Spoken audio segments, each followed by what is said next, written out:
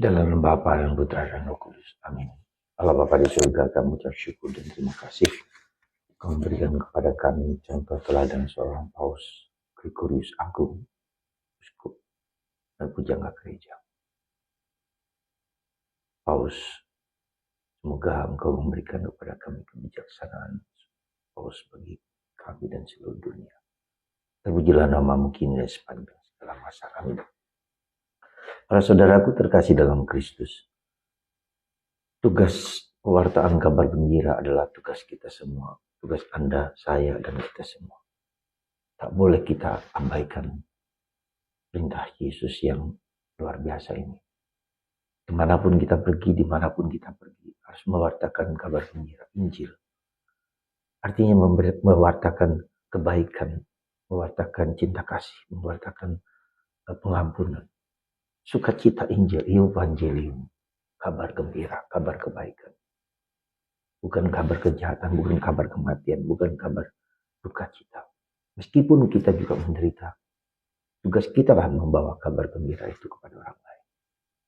Karena itu kita bisa melihat bagaimana dalam bacaan pertama surat Paulus kepada umat di Kolose, Paulus melihat bahwa Timotius muridnya, Epafras, mereka mewartakan kabar gembira kepada orang-orang di sekitar, orang Kolose.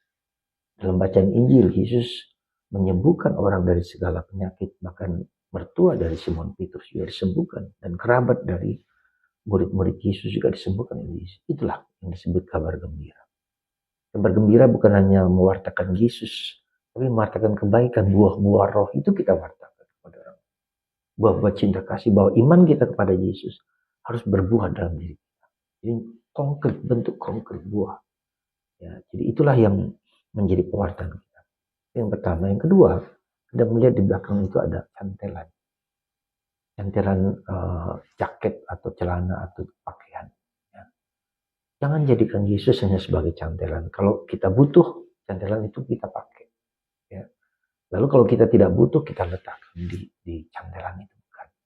Yesus bukan cantelan. Yesus melekat dalam diri kita. Yahweh itu berada dalam diri kita. Maka kata-kata Yesus Immanuel, Tuhan besertamu. Ya.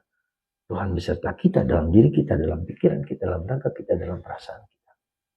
Semoga kita semua tidak menjadikan Yesus sebagai cantelan, tapi Yesus yang ada dalam hati. Kalau Yesus sebagai cantelan, saya butuh kalau saya butuh dia, kalau saya membutuhkan dia. Dan itulah, saudaraku, jadikan Yesus sebagai pusat inti dari hidup kita. Semoga Anda dan saya melakukan yang itu, yang selama ini. Yesus ada dalam hatiku. Carilah Yesus dalam hatiku. Carilah Yesus dalam kehidupanku sehari-hari. Apapun juga bentuknya. Dalam derita, dalam susah, dalam apapun. Yesus segala-galanya bagiku. Yesus Raja segala raja. Raja hatiku, Raja pikiranku, Raja perasaanku, Raja sikapku. Menjadi kabar gembira, mewartakan Injil, kabar gembira kepada siapapun dalam buah-buah roh. Berkat Tuhan atas Anda semua, Bapa, Putra, dan Roh Kudus. Amin.